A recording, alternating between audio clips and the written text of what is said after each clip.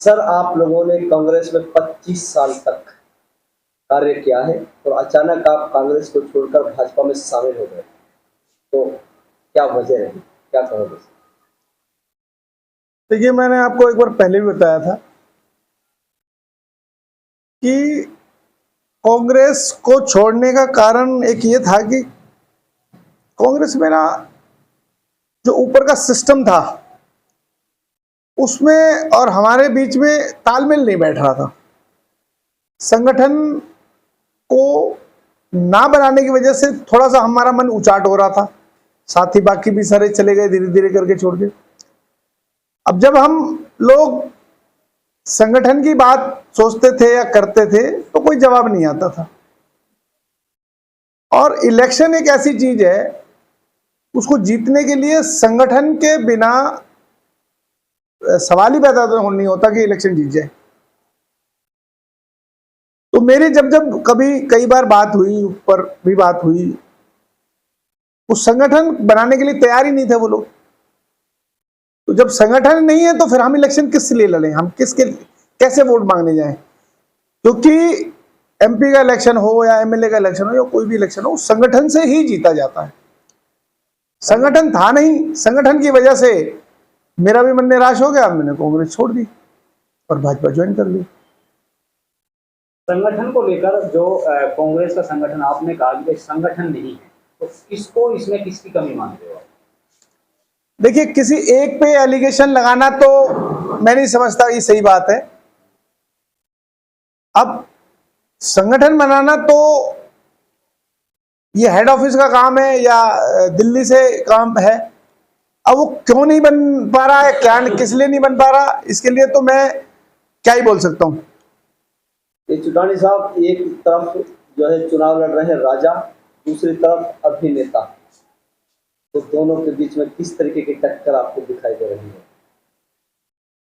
देखिए, राव इंद्रजीत सिंह को राजा कहा जाता है, इसमें कोई शक नहीं है। लेकिन मैं उनसे पिछले एक महीने में 4-5 बार मिला हूं। मुझे उनकी बिटिया है जो आरती राव जी से भी मैं मिला हूं। मुझे तो उनमें कोई राजा वाली बात नजर नहीं आई। बड़ा मृदुल और नरम स्वभाव, हंस के बात करनी। और मैं समझता हूं कि उनके बाकी जो उनके वर्कर हैं, उनके पास इतने वर्कर हैं जो कि उनके लिए काम कर रहे हैं। वो भाजपा में भी नहीं है, फिर भी काम कर रहे हैं। भाजपा तो एक अपने आप में भी बहुत बड़ा संगठन है, वो तो कर ही रहा है।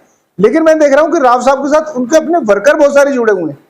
तो इट्स मीन ये दर्शाता है कि वो बहुत ही मिलनसार व्यक्ति हैं, बहुत ही मृदुल स्वभाव के हैं और अपने वर्करों की कदर करने वाले व्यक्ति। भाजपा 400 पार का नारा दे रही है जी, क्या लगता है फूल खिलेगा? देखिए, फूल तो ऑलरेडी खिल चुका है, फूल तो खिला हुआ है। जो बात है 400 पार के नारे की, तो मुझे ये लगता है कि मोदी जी जो बात कहते हैं वो लगभग होती तो पूरी है। तो इसमें मुझे कोई शक और शुबा नजर नहीं आती कि भाजपा 400 पार करेगी ही। संविधान बदलने की बात हो रही है सर, देखिए, ये प्रधानमंत्री कहते हैं तो हो सकता है इस पर भी खतरा होगा, तो ये भी कर देखिए, संविधान इस देश का इतने सालों में ना बदला है ना बदलेगा। संविधान क्या है? संविधान किस लिए बनाया गया? संविधान को बनाने का जो तात्पर्य होता है वो ये होता है कि लोगों की जरूरतों को, सुविधाओं को मद्देनजर रखते हुए कानून का एक बनाया जाता है। हमारा जो संविधान बहुत पुराना है, उसको उस समय के अनुसार बनाया गया था। संविधान बदला नहीं जा सकता, संविधान में संशोधन हो सकता है, वो भी लोगों की जरूरत के अनुसार। 400 पार की बात हो रही थी, तो नैरेटिव सेट किया गया बीजेपी के द्वारा। 19 में चुनाव हुआ था, 75 पार का नारा दिया था, 40 पे रुक गई थी बीजेपी। देखिए, वो एक स्टेट की बात थी, जो हरियाणा स्टेट की बात थी। ये पूरे देश की बात है। 400 पार का जो नारा है, देश में विकास चारों तरफ दिख रहा है। बड़ी मैं तो ये कहता हूं कि हम यहां मेवात के रहने वाले लोग हैं। जिस मेवात में दिल्ली टू बॉम्बे जो सड़क निकली है, इस सड़क से ही इस मेवात की काया पलट हो जाएगी। तो क्यों ना ऐसी सरकार को वोट दी जाए जो उसकी एक सोच ने इस मेवात की काया पलट कर दी। जमीन जो किसान की जमीन का 15 से 20 लाख रुपए रेट था, आज वो 50 लाख रुपए तक पहुंच गया है। तो एक ही झटके में किसान को अमीर बना दिया ना सरकार ने।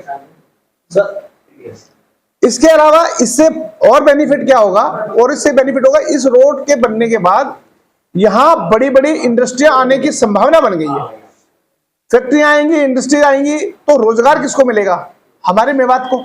आप मेवात में, मैं तो पहले से कहता हूं, स्किल्स की कोई कमी नहीं है। हमारे मेवात में बच्चे इतने पढ़े लिखे हैं, इतने समझदार हैं, और जो इंजीनियरिंग लाइन में हमारे मेवात के बच्चे कर सकते हैं, कहीं का बच्चा नहीं कर सकता। अगर यहाँ इंडस्ट्रीज आ जाए तो वो हमारे देश का नाम रोशन पूरी दुनिया में कर सकते हैं।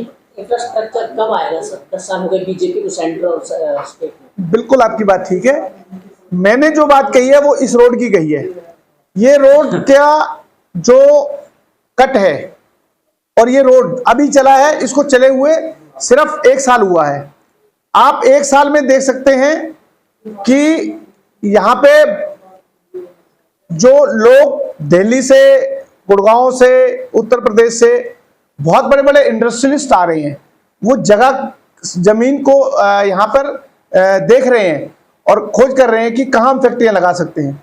और मुझे नहीं लगता, क्योंकि पीछे कोरोना में 2-3 साल खराब हो गए, मुझे नहीं लगता कि अगर आप 2 या 3 साल के अंदर अंदर ये सरकार जब रिपीट करेगी तो यहां पर इंडस्ट्री का बहुत बड़ा हब एरिया बनने का संभावना जताई जा रही है। उसके लिए सर्वे भी चल रहा है, और मुझे विश्वास भी है कि इस भाजपा सरकार की जब अब तीसरी बार जो आएगी तो ये लोग इस इलाके को बढ़ाने में सक्षम होंगे, और जरूर ये इसके लिए करेंगे। ये सब भाजपा मोदी के नाम पर वोट मांग रही है या अमित शाह के नाम पर वोट मांग रही है? देखिए, मोदी जी तो इस देश में ही नहीं बल्कि आपको पता है विदेशों में भी फेमस चेहरा है। वोट किसी व्यक्तिगत का नाम तब होता है जब वो बहुत बड़े काम करती है, वो पार्टी बहुत बड़े काम करती है, तो एक नाम हो जाता है। मोदी सरकार ने देश के लिए बहुत बड़े बड़े काम किए हैं, और काम दिख रहे हैं, इसमें कोई शक नहीं है कि काम नहीं दिख रहे। बहुत सारे काम हो रहे हैं, तभी किसी व्यक्ति का नाम होता है। ऐसे तो है ही नहीं कि कोई मेरा नाम क्यों नहीं ले लेता, मैं कुछ काम करूंगा तभी तो मेरा नाम होगा।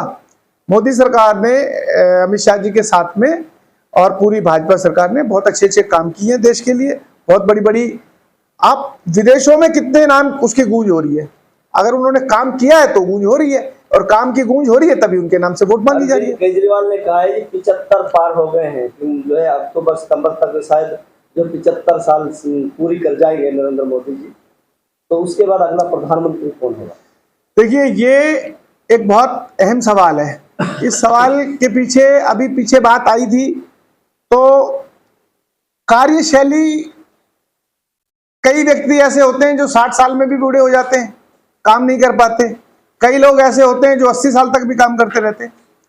इस मामले में मैं ज्यादा कुछ नहीं कहना चाहता। ये मोदी जी का सेल्फ डिसीजन होगा, वो कब तक देश की सेवा करना चाहते हैं। उनके स्वास्थ्य, परमपिता परमात्मा उनको स्वास्थ्य रखे।